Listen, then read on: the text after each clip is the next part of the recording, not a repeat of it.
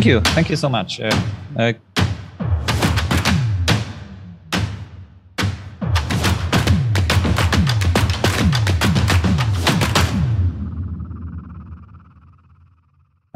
Hello and welcome to my presentation called Simple Modern Java Microservices in the Cloud. As you know, we are at 4Developers, and it's almost interactive. I can almost see you all. And if somebody's sleepy, just had lunch, didn't have enough coffee, or I don't know, you need to pet your cat, the too long didn't read version of this talk is doing lots of services is quite complex. What we try to do at Revolut is limiting the number of moving things to ensure some simplicity, to bring some sanity to us so that we can deal with the complexity that is in the business problems anyway. But let's go on. My name is Andrzej Grzesik. Most of you can spell and pronounce it properly. If you would like to have a copy of the slides, just drop me an email. Happy to chat about almost anything. Over the couple of things about me, I do not think I've ever seen a live dinosaur, especially a Java dinosaur. So yeah, that was unexpected. But I'm proud to be a Java champion, have been to Java once and have been a Java 1 rockstar. And now Java 1 is coming this year, which will be well exciting and leads to a lot of questions. If you have any questions about the talk, just drop them into the chat because I have the chat open and I can answer them or try to answer them. If you have any questions about Revolut, talk to me directly through email, Discord, Slack, however else after the talk, but we'll prioritize questions about the talk, obviously, during the talk. And as you can imagine, Revolut is hiring. If you're curious what we're hiring for, there is this link available in the chat. My opinions are my own, which means I am all the mistakes are because of my faults. And I like dry jokes, which also remind me that I should drink something like this one. So let's talk about modern Java microservices in the cloud. What makes a microservice or a service modern? Well, that's a question that keeps coming back through to many platforms, many conferences, many places. And we could say, hey, is it the language? If I choose language X or a new version of language X, are my service automatically going to become modern? Is it the technology that I use? Is it if I use something specific? Do I use a specific storage? Do I use something else? Is it the libraries? Can I use old libraries and still have a modern service? Well, there are different opinions about that. Can I do it in the cloud? Well, if I want to have a cloud service, it has to be in the cloud, but can I have a modern service that doesn't run in the cloud? Some people will say, no, absolutely, you have to be cloud native, otherwise it doesn't count. Some people will say, yes, absolutely. You can make it modern, even though if you run on a Raspberry Pi, and that's a small thing. Opinions differ. Frameworks, architecture you have applied. Do you need to use CQRS and event sourcing to even stand next to the modern in the room or not? There are different ways to look at the problem. Obviously, different consultants will try to sell their technologies there. I look at this from a perspective of a person that actually works with software, sometimes writes definitely more often reviews. For me, the most important aspect about service being modern and continuing to be modern is not to have bloat. So how can we even do that? I would risk to say that most of you here will agree that code quality matters. It's so nice to work in a fresh code base, which doesn't have the bloat, because it feels modern and empowering, and you can do more and you can do so much because, yeah, you already know what you have. There are some setup, the initial setup has been done and you're just adding value, and that's awesome. That's super, super nice. But now, what happens over time? Well, this experience deteriorates. Sometimes we take shortcuts. We do something suboptimal once, twice, because delivery pressures, because I don't know, KPIs, because something else. And the experience is sometimes not as good anymore, and so on, and so on, and so on. So is there a silver bullet answer to this question? Yes, but it's not that simple, and it's not a single bullet, and definitely not silver. Obviously, if you believe that a single library is going to change your life, I would encourage you to try to do that. Just don't use Lombok, and let's see what happens. But let's talk about bloat. What is bloat?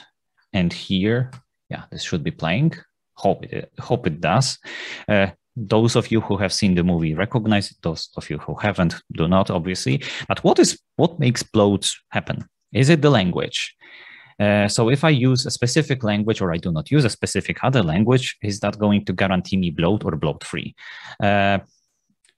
Opinions obviously depend. My favorite way of approaching any bloat discussion is just use something called a 2 a.m. check. As in the name is mine invented, so feel free to misrepresent it and convert it and twist it as however you want. Imagine you're just coming back home from something, gentle night out, and now you need to fix something. Is the language adding value or is the language reducing value? If you have to sort out squiggly lines and trying to convey meaning with them, well, good luck. If you have to debug squiggly lines, for me, that's very hard. I'm not a great squiggly lines developer. I like the language called Java.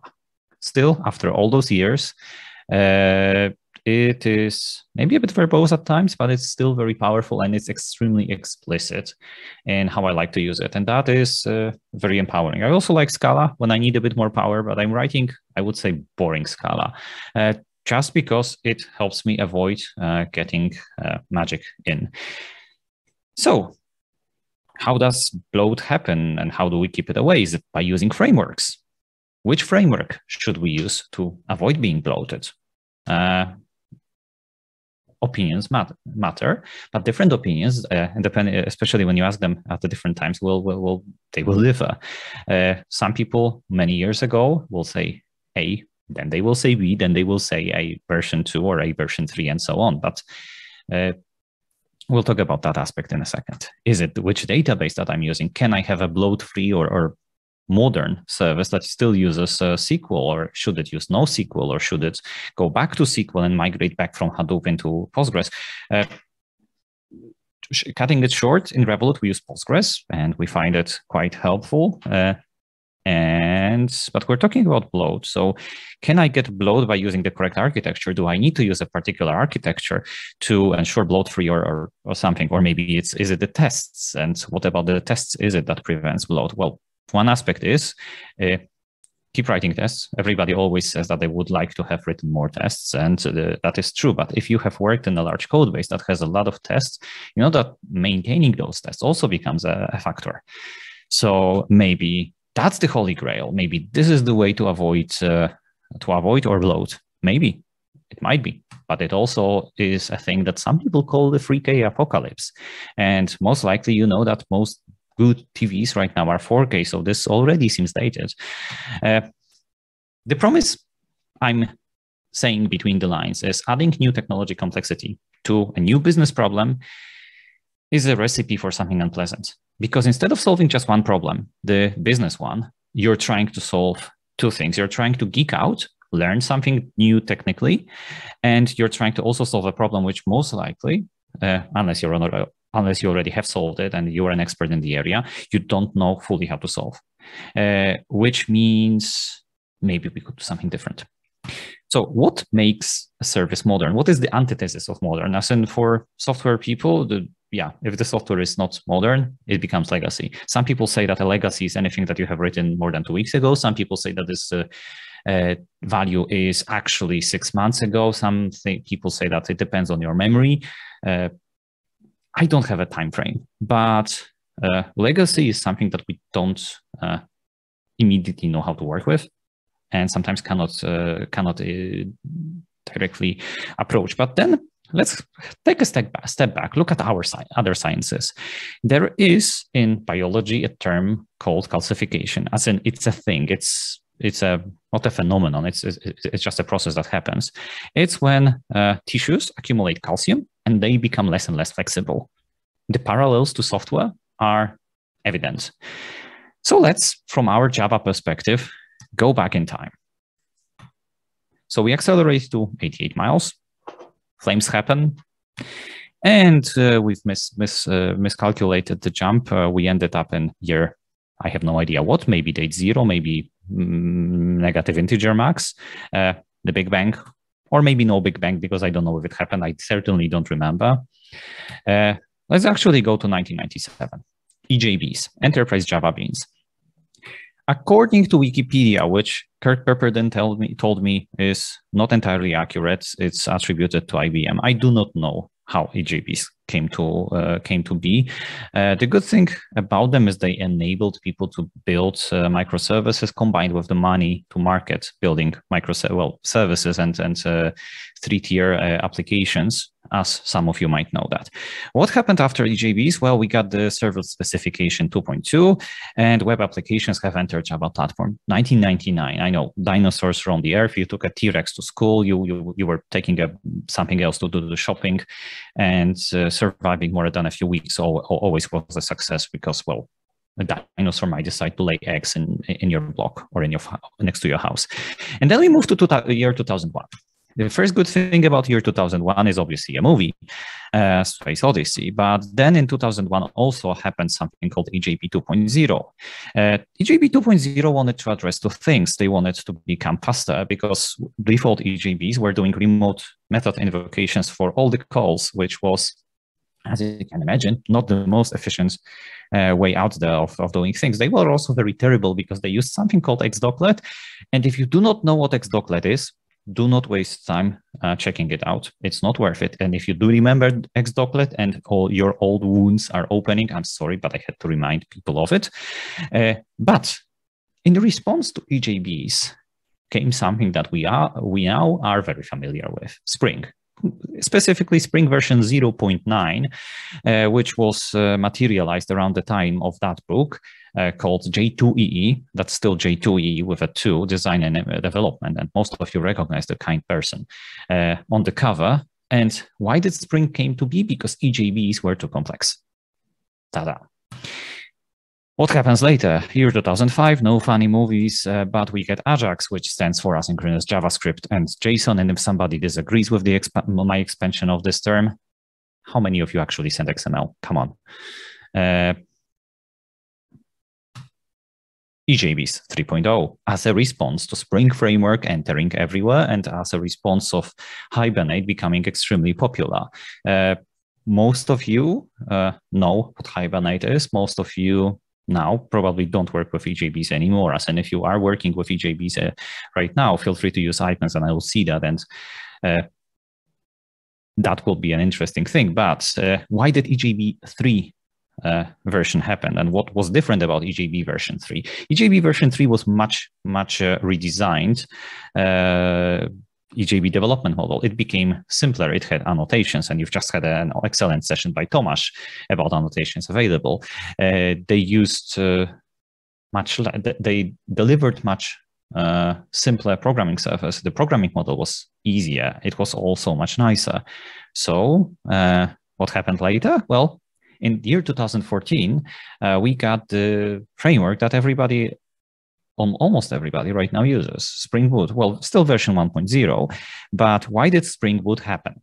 Well, I loved the explanation and the rationale. Spring Boot 1.0 happened because Spring was considered too complex and too bloated and too big by some. So the framework that came to be as a response to an overly complex framework was superseded by a framework that came to be because the old framework was considered too big and too complex and too bloated. Do you see a pattern? Maybe, probably. You're very smart. You definitely do. And then we got into this situation. This is a comment from a talk at, I think, Confitura. For the non-Polish speakers in here or people with very small displays, it says Java EE had a much better thought through and smaller API in comparison to 10 times bigger Spring, which breaks compatibility very often. I'm not going to say whether the statement is true or not. It's not my statement, it's an opinion, but the fact that such opinions appear in the community, well, they give you a sign that something is happening and there is something in the air. I cannot really tell exactly what about the complexity.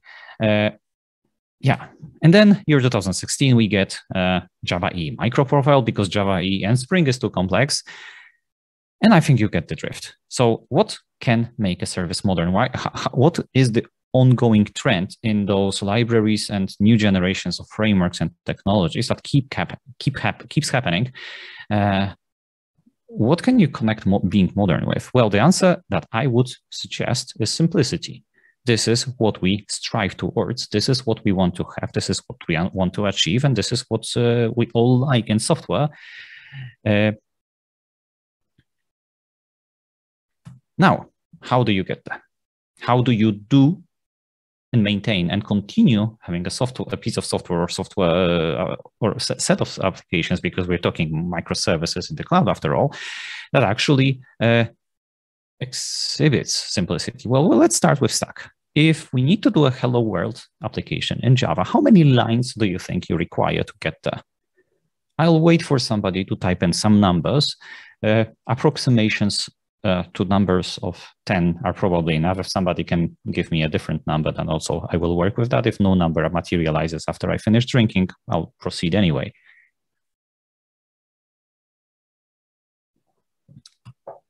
So the answer in some of the frameworks I've chosen, some very modern frameworks I've chosen, actually Spark Java is not that modern, it's more than a few years old. I see answers of 6, I see answers of 10. As you can see in the slides, the number of lines of code that you need, this could probably be, this could probably be even more limited if we wanted to use the executable Java files. So you don't really need much right now, but it took us years to get there with Java. The good thing is, when you have a hello world program that actually takes just 2 or 3 lines of code, then there is little to take away because it's already almost the smallest one that you can get. Which means, in turn, okay, we seem to have a reasonable common ground, as in doing this in negative number of lines will be very, very difficult. And then we see some contenders. Now, let's have a look at those contenders, and let's have a look at this. This is their GitHub commit activity. This is Oracle's Helidon.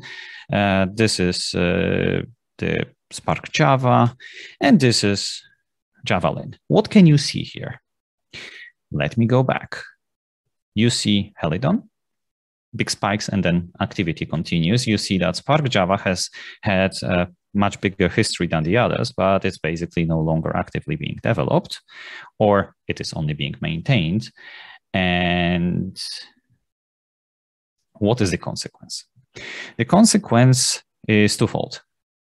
At Revolut, we use Spark Java because we picked it when we started picking a very lightweight framework, and we are happy.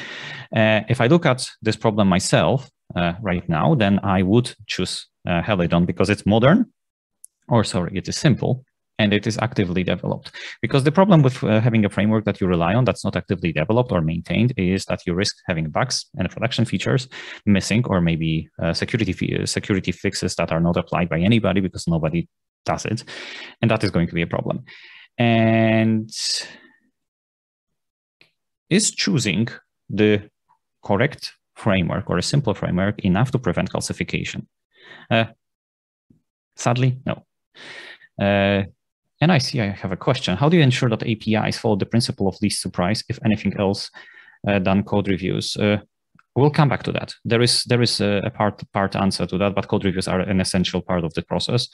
And another question, new Java introduces a simple and unsafe web server. Have you played with it? And what are your impressions? I have played with it. I have not used it in anger. And as of today, this would not be a server I would put a production application for a very serious thing based on. But I'm going to play with it more. And when I discover that it's awesome, then I will probably be making a talk about it.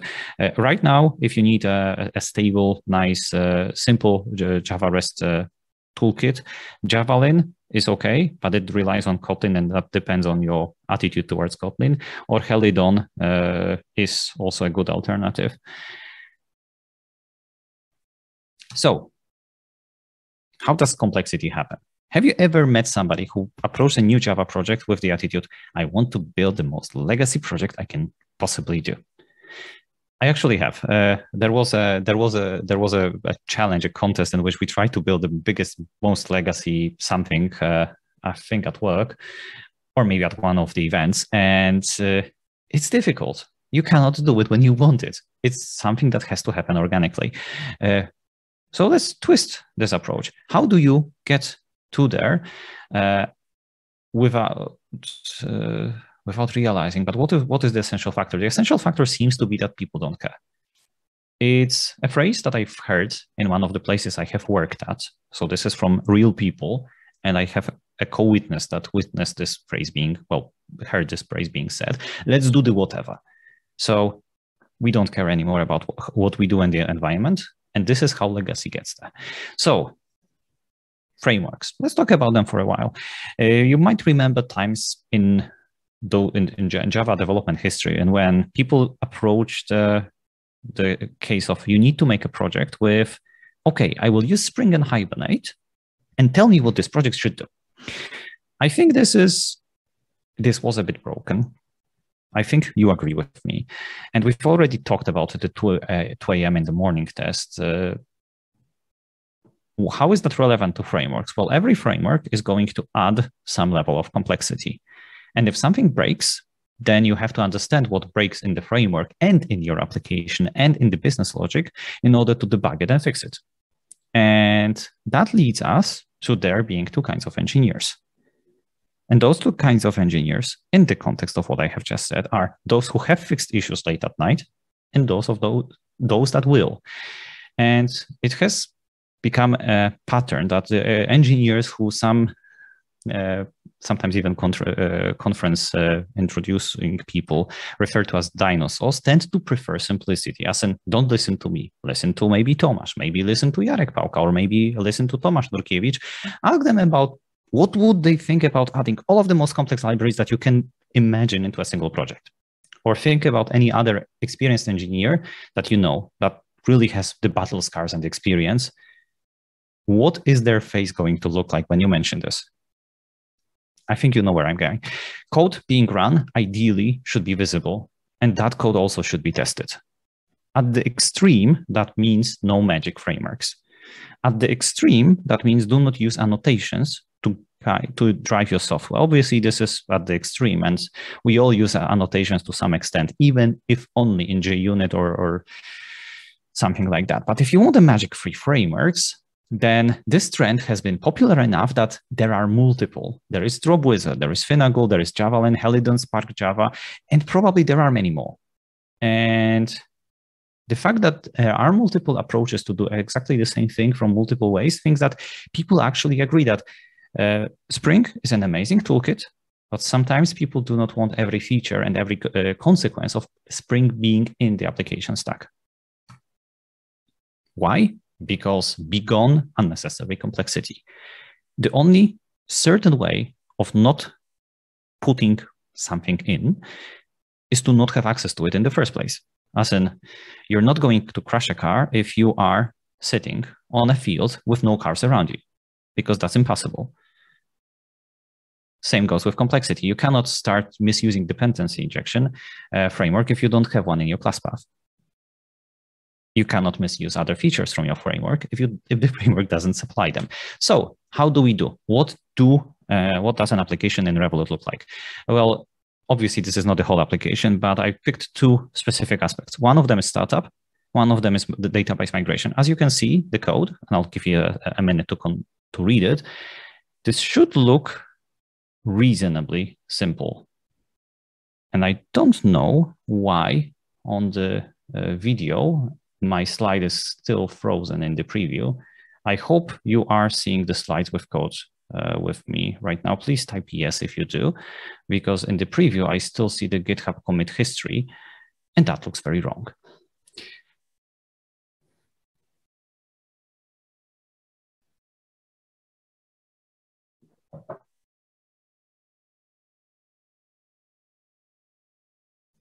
Not yet. So, okay, so this means that Zoom is hanging. Okay, you've missed quite some slides. Bad Zoom. Let's try to get it fixed. Good that I picked it. Important slides.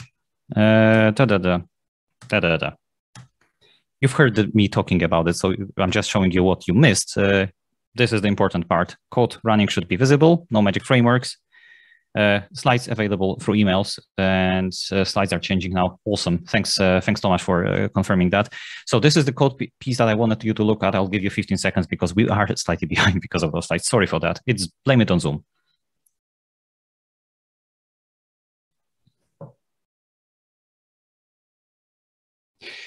Good. So you can see starting an application, get config or get it from the path and load it, start the application, migrate the database, and you're done. And then we have an application. This is what we like doing. Why? A very simple reason. We like it to be explicit and we like it to be simple. You probably know of applications that have a very mystical startup way. If you want to run it locally, it will be very different to what you run in production. For us, this is exactly what we do not want to do. We want to run the same application locally as we run it for functional tests, and we run it on the dev environment as we run it in production. Why? Because the less paths to the same thing there are, the less paths in which bugs can happen. So quality. Somebody asked, do we write tests? Obviously, somebody could say, of course. Everybody knows that testing is awesome. We keep doing this, but we also have a very specific attitude when we write the tests. Know the time that you build for. So do know how long the application that you're building is expected to be around so that you optimize for the correct thing.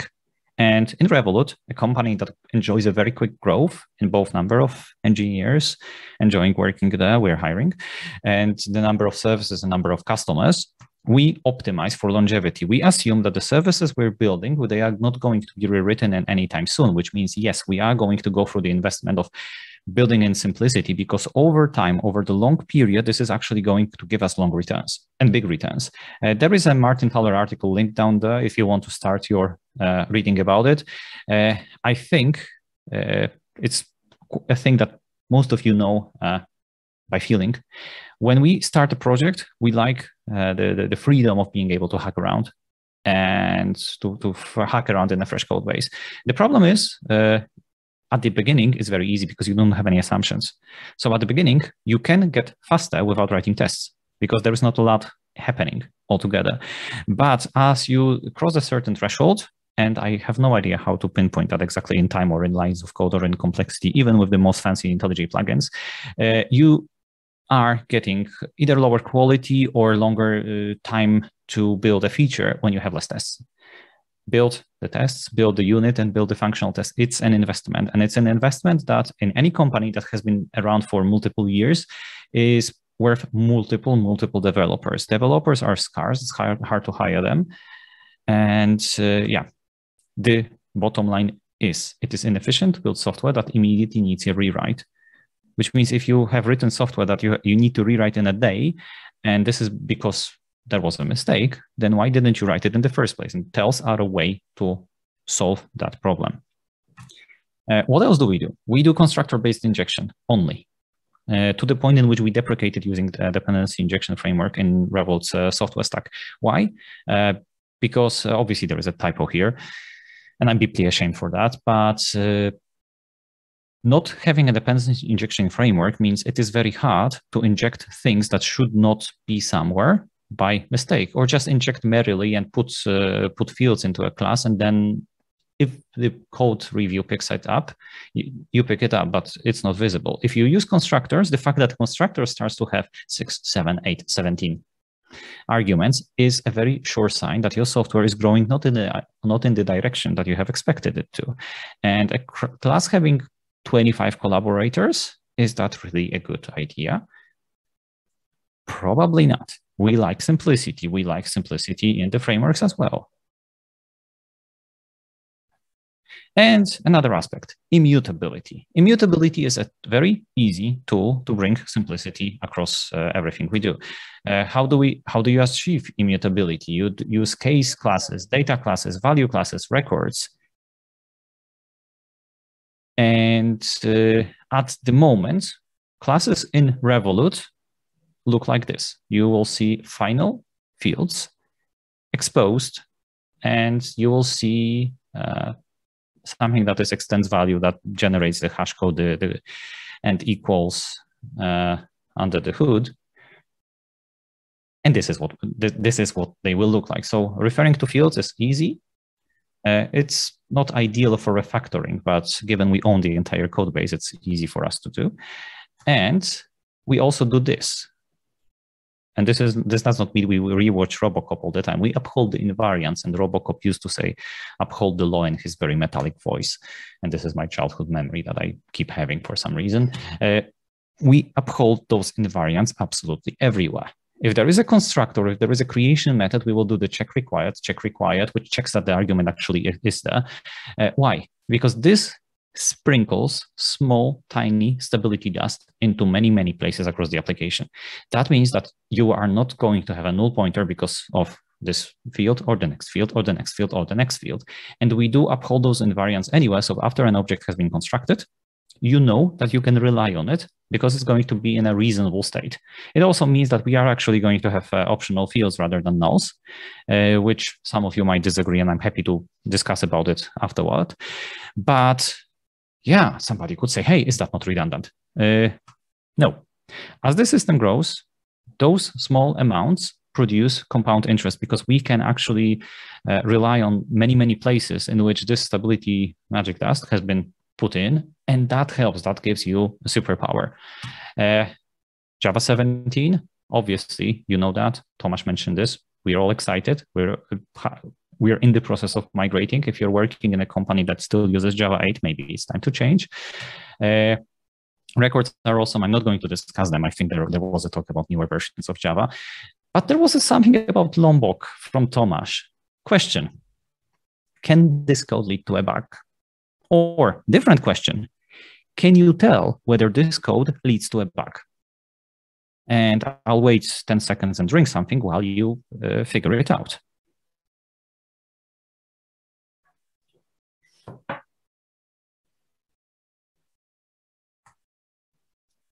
Here is the answer.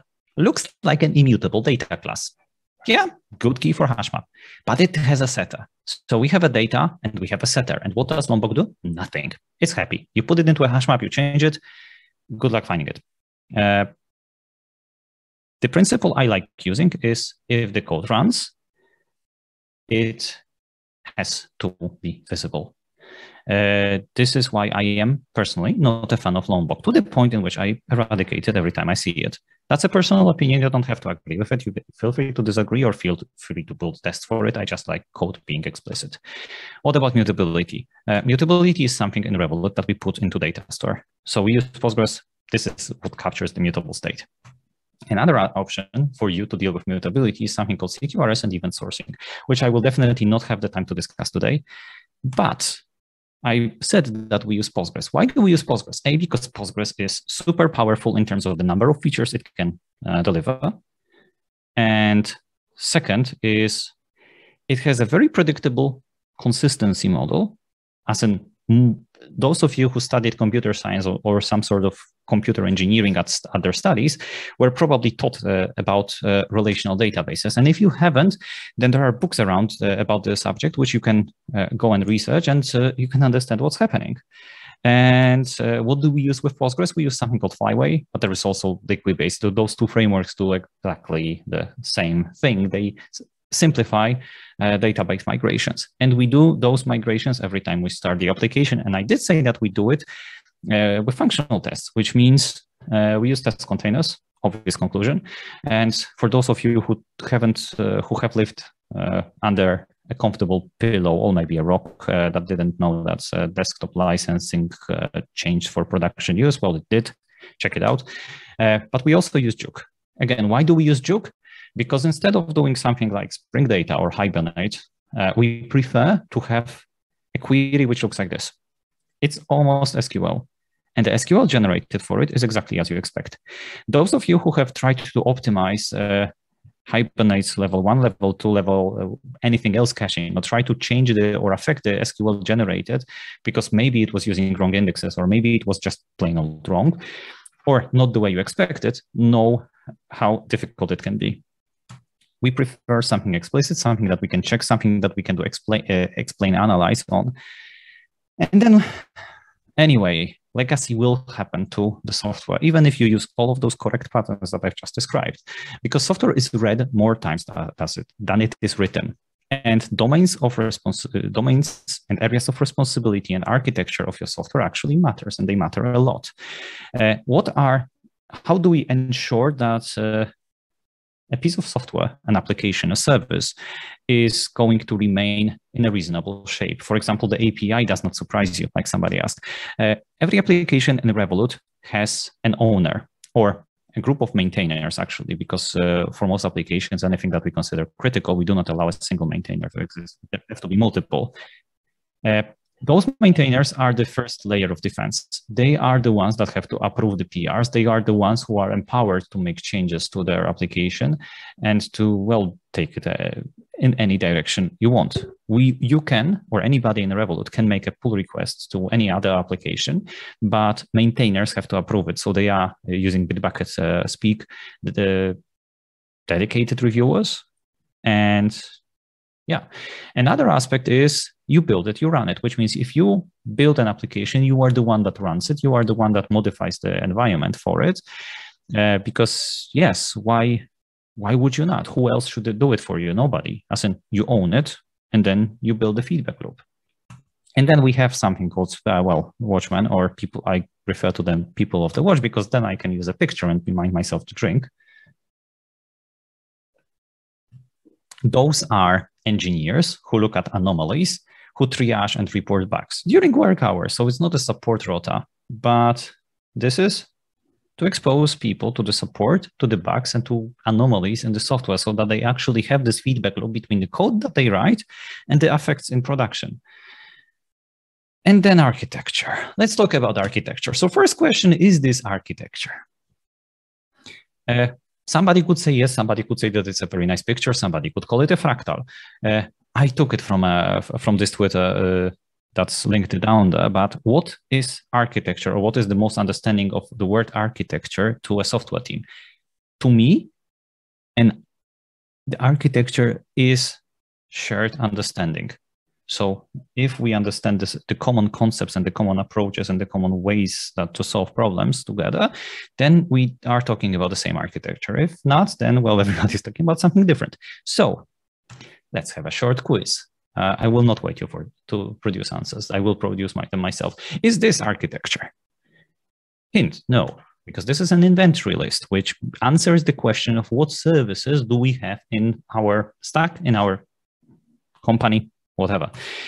Would this be an architecture now that we have segregated those services into domain? No, this would be something that I would refer to as a service map, which actually answers the question of where should a service X or a feature Y be built, because you can attribute it to one domain or the other.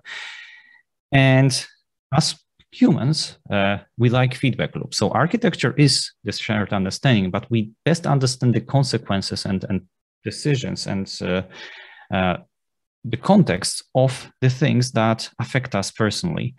So how do we do it? In Revolut, we follow a process called technology design review. I know, a very fancy name. It's basically a design review. So an RFC, a page on the Confluence that describes the proposed change, what are the consequences to performance, to security, and so on and so on. And it produces an architecture decision log. So architecture decision log, for those of you who are less familiar with the term, is a document that captures an important architectural decision made along with its context and consequences. So this is exactly what we capture. And we have a list of those old decisions, or past decisions, because they are not really that old. The company is not even 10 years old after all. And that gives us context. So when somebody needs to answer a question, why did we do something this way? Then at least you can go back to this document, check it, and understand, okay, what was the context? What were the assumptions used when we were deciding upon something? Who makes those documents? Every engineer. We do not have architects. Why is it the engineers? who reviews them? Why it's again the engineers, because there is this concept of having skin in the game. If something affects you personally, you're going to look at it differently than if you're completely detached for a decision. It's very easy to say, hey, should your neighbor repaint their house, I don't know, orange, pink, disgusting mixture? It's my neighbor, it's not my place, I don't care. Most likely some of you can say. But if it's your house, you're going to think about the exact shade for much more. Same for services, same for architecture. If it affects you, you're going to process the information differently. And this is why we do it this way. But then the question becomes, how do we diagram? How can we diagram that in a reasonable way that's software and engineer friendly? I'm not going to tell you exactly how to do it from A to Z, because that's a few talks by itself. I'm going to refer you to two things. One is the C4 model. And if you do know how to make software diagrams, sure, go ahead, do them in a way that you find useful. But if you are looking for a proposal of a model, look at C4. It's really good. It answers many questions. It's not ideal, so you do not have to take it top to bottom, and feel free to adjust it. But it gives you a very good starting point. And another question is, how do you make diagrams? Do you all need to buy Enterprise Architect? Obviously not. Use something code-driven. We are software people. We like storing things in GitHub. We do not like storing pictures or PSDs or png.final anywhere in the repository, because they are big, bloated, and binary. So PlantUML is just one of the tools that allows you to write, to describe diagrams using text. And then you store text, and that gets versioned, and everybody's happy. You can use something called web sequence diagrams. So you store the text, you know how to regenerate it, and you're happy. And this works for software people very well. Now, internal open source. What do I mean by that? I mean that in Revolut, every engineer can access, read, and analyze and make PRs to any other application or service that we have. You already know about maintainers, so there is no guarantee that those pull requests are going to get accepted, but you can. If you need to figure out what is your dependency doing, I don't know, to the database or maybe to the performance, have a look. There is nothing secret about it as long as you work for Revolut, and yeah, do it. And if you think that I'm doing something wrong with my service, well, if you read my service and you think that it's wrong, tell me, because we want the whole software to be better. And again, service owners, dedicated reviewers, are the people who actually own the service, so they have a very contextualized, personalized point of view with regards to quality, who are going to have to approve the pull request. You cannot get random people to approve pull requests. And people from... Excuse me for using a bit of Polish. Drodzy ludzie ze studia, ja mam od was hałasy. Moglibyście przestać? Dziękuję. And we continue. So, interactions. We looked at the service map. We know where should a service be. We know that interactions between services are going to follow this pattern or that pattern. Is that architecture? No, that still isn't. But one thing that you will have probably among your sea of services is that you're going to have a couple of interaction patterns. You're going to have RPC, you're going to have probably async, you're going to have something event-based, you're going to have something batch, and that's it. Most likely. Maybe you'll have something more, but there is going to be a couple of categories of things or interactions between services that your company has to support. And then what can you do? Well, you can expose the REST endpoint and everybody can consume those. Yes, of course. But we did something different. If I'm making a service, let's call it Banana, and I have a REST API or an API, then I will also, as the maintainer of Banana, make a Banana client if people are going to use it from outside. And I will be the one owning this client library. Why? Because then people don't have to think about the API changes. That also means that if they use Banana client, then I can refactor my APIs because they are mine. And as long as they use the Banana client in the current version and they keep updating, I can refactor and I own the interaction layer, and that becomes a nuisance not a nuisance, a triviality to evolve and adjust. Also, that means that you don't have to write the integration tests for those integrations because you use a client which the service providers own and maintain and already should have taken the quality for. And also that means that if there is 3 or 4 people using Banana service, then instead of having 4 different clients that each of them would do a separate thing and try to misuse it in a different way, then one Banana client solves it all. And additional thing is if I, as a user of this library, need to make a change to it, I don't know, add a new way of calling the API, I do it. And then the service owners of Banana would accept or maybe reject the PR, or maybe tell me that I'm trying to do something that's not entirely within the contract of the service. But when you have just JSONs and REST endpoints, well, you do not have this conversation, but you go through those surprises every so often.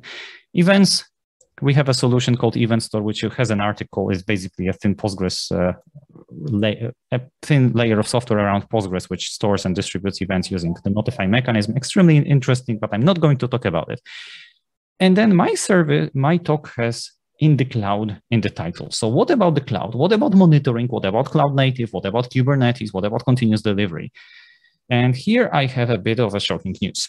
Not only we are running out of time, and I do realize that, but also there was this article or paper by Nicholas Carr published in 2003 that says that IT doesn't matter. It's not that the whole of IT and what we do at work doesn't matter. It means that the certain elements of IT are going to be commoditized, and they are not making such a difference as they used to when they were introduced. So right now, the fact that you're using Kubernetes, or maybe you're not using Kubernetes, doesn't make that much of a difference to your competitors or to anybody else in the market. As in, we are using Kubernetes, you are using Kubernetes, everybody's using Kubernetes. That changes nothing. So solve those problems once, provide templates, apply those across all of your applications, and that's it. There is let people who are excited about architecture or infrastructure solve it, automate it, and move on. Because what we have to focus on is solving business problems. So, how do you capture business reality? Again, subject for many talks, many presentations. I'm going to suggest an approach. And I use the cover of the book because it looks nice, but there is absolutely much more written about it and published about it.